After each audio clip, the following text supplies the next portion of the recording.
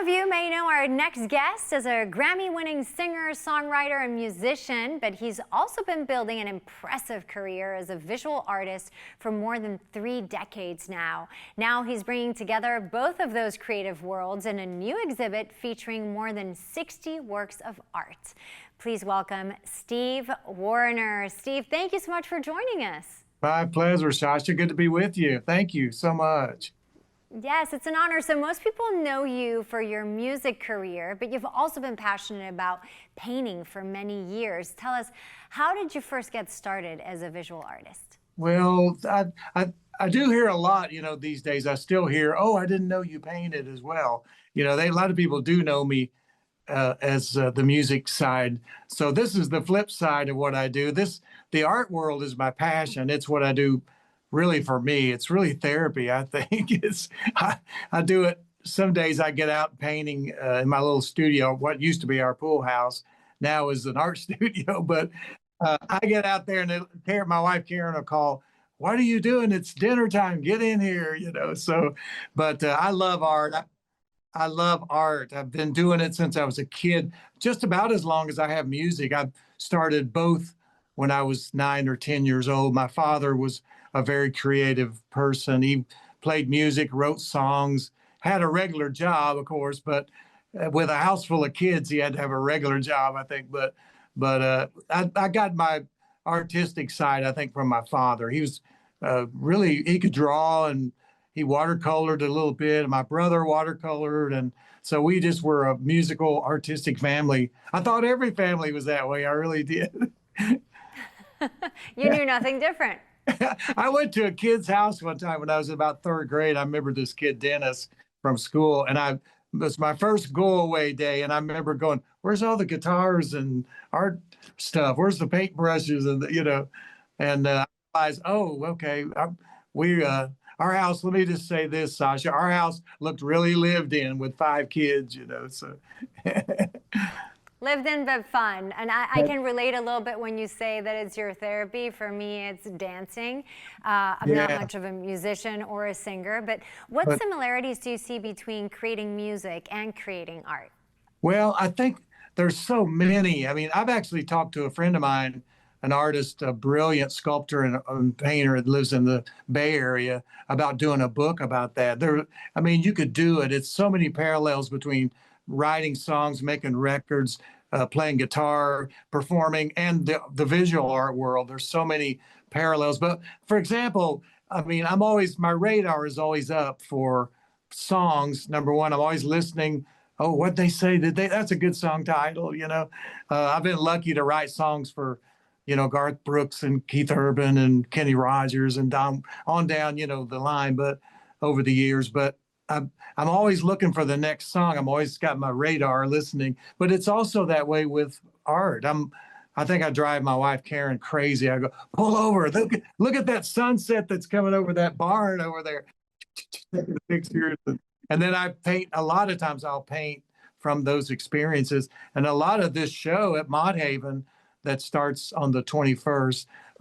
Snuck that in. Sorry about that. But no, at Mott Haven Art Gallery and Cultural Center here, that's going to contain a lot of work that I did when we were traveling the country. It's kind of a dual thing for me because I tour, and when I tour, I'm in different parts of the world and all over the place, and I'm seeing these things like, oh my gosh, look at that painting. That's a painting.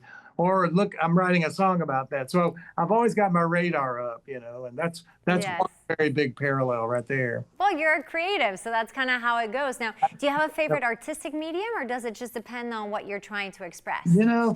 That's a great question. For many, many, many years, I just concentrated on watercolors, and I loved pen and ink watercolors. My dad and my brothers, 2 brothers actually, watercolored some, and all my artist friends said, I dabbled with acrylics and caustic, a form of painting with beeswax and that kind of thing. I still do a little of that, but all my friends would say, you need to do oils. You really have to paint in oils. All the masters, the stuff that's preserved and going to be forever. It's oils. And it is in galleries. So, you know, it's funny, Sasha, in 2020, when the world shut down, as you very well remember, I'm sure, I told myself, I'm really going to study. I'm going to go back to school and study art. I'm going to study oil painting because I was so scared of it. I was, Uh-huh. I was just, I was That can be scared of it. intimidating. I was intimidated only because it takes forever to dry. Yeah. You know, I'm going like, I don't want to go back 3 weeks later and it's still wet. No, I'm not doing that. And then you use chemicals. Sometimes people use different things that, you know, turpentine and so forth, which I understood you don't have to use those things. So once I got over that fear, in 2020, I go, I'm going to conquer this thing. I'm going to do oils. And I jumped right in. And you know what? All those things I was so worried about, I love it. I love the fact that right now I've got a painting. I'm pointing because it's over here, but my studio. But I have a painting that I started a couple of days ago, and I'm thinking about it today. When we come finish this, I'm going to go out and paint, and that painting is still wet right now as we speak. So I can go out and manipulate, and I'm going to do that later. So all the things I was worried about are the things I love about oil painting. So that's my new passion. I got a lot of oil on this show. In this show, I have about 17 watercolors, and I have probably, well, most of the rest, other than about 5, are oils and different sizes.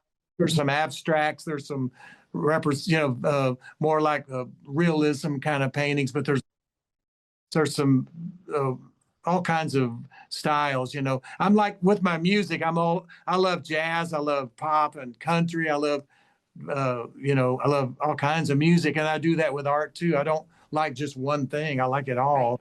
So. I could see that.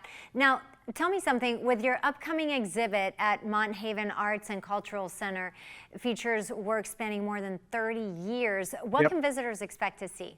Well, I'll tell you what, they will see some of my early works. I think you'll recognize the work that kind of represents the COVID era for me because it's when the oils start coming in. And then I do some abstracts. Like I have one painting, it may be one of my favorite things I've done, but we have family that live in New York, Lower East Side of Manhattan. And our youngest son, who now is in LA, but he was in Williamsburg at the time. He was there for 10 years. But so I have a painting called Lower East Side Looking at Brooklyn in 2020, and it's a giant abstract. But to me, that really embodies that. But you'll see a lot of those abstracts that represent that period for me, but you'll see some watercolors.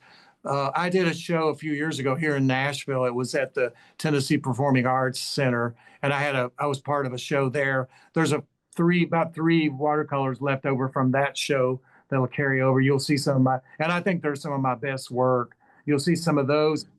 You'll see. I think there's some kind of eclectic kind of things that are a lot of Western. I love Western art. I love the West.